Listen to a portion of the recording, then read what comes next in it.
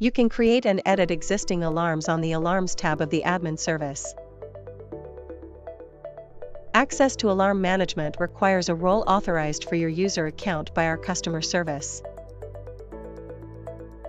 To start adding alarms, search the facilities or meters you want to add alarms for using the search functions in the left panel.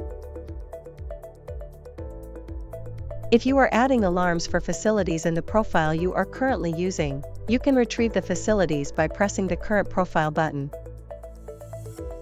Once you have retrieved the facilities in the table, select the ones you want to add alarms for by checking the box next to the facility's name. You can also select individual meters by expanding the facility information using the plus button next to the checkbox. After selecting the meters or facilities, press the Add Alarm button above the table. Adding alarms is done step by step in the dialog. In the first step, a list of the facilities or meters to which alarms are being added is displayed. If more than 5 meters or facilities are selected, the first 5 are displayed by name and the remaining ones by number. Other selections in the first step depend on whether the alarm is being added at the facility or meter level. At the facility level, you can select the quantity, alarm type, meter hierarchy, and meter type.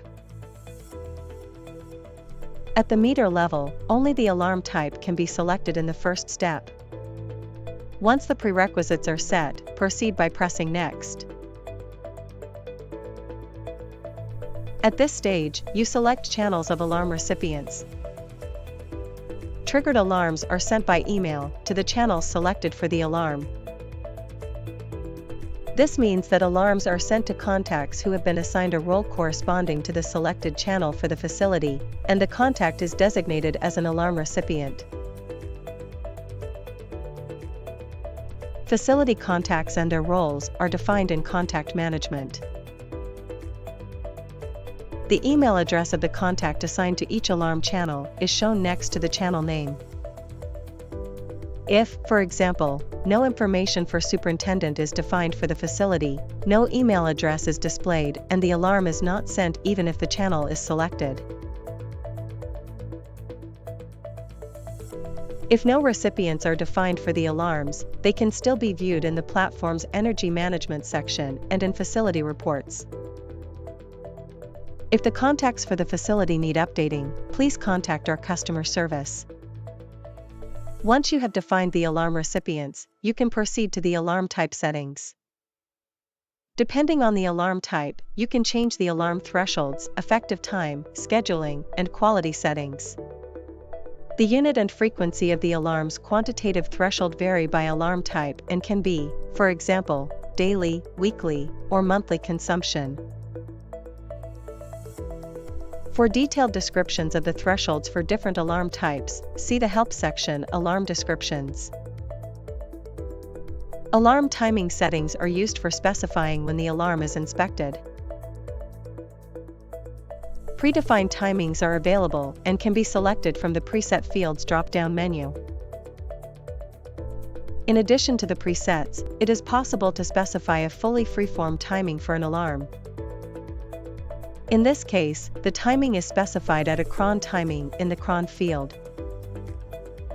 Detailed instructions for defining cron schedules can be found in the Help section, Adding Alarms.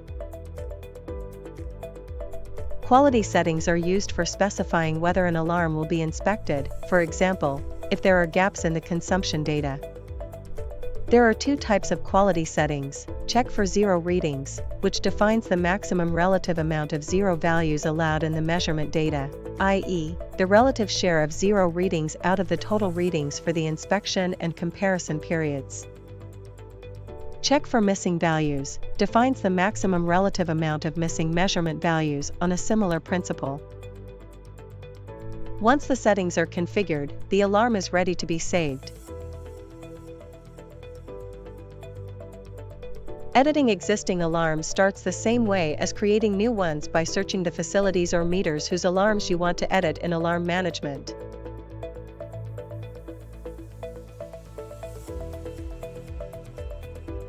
After selecting the meters, press the View Alarms button above the table. In the window that opens, you can see the alarms set for the meters and their basic information. You can edit any individual alarm by clicking the pencil button next to the alarm or select multiple alarms for mass editing. Changes to an individual alarm are made step by step in the dialog that opens in the same way as creating new alarms. For mass editing, select the alarms you want to edit from the checkboxes and next to the alarm names. All alarms in the table can be selected using the checkbox on the header row. The Mass Function button is activated after the selection. Select the setting you want to edit from the menu and fill in the updated value in the dialog that appears. For alarm variables, mass editing is only possible for alarms of the same type. If there's no need for a previously set alarm, you can deactivate them with the mass functions. Deleting alarms is only possible if they have never been triggered.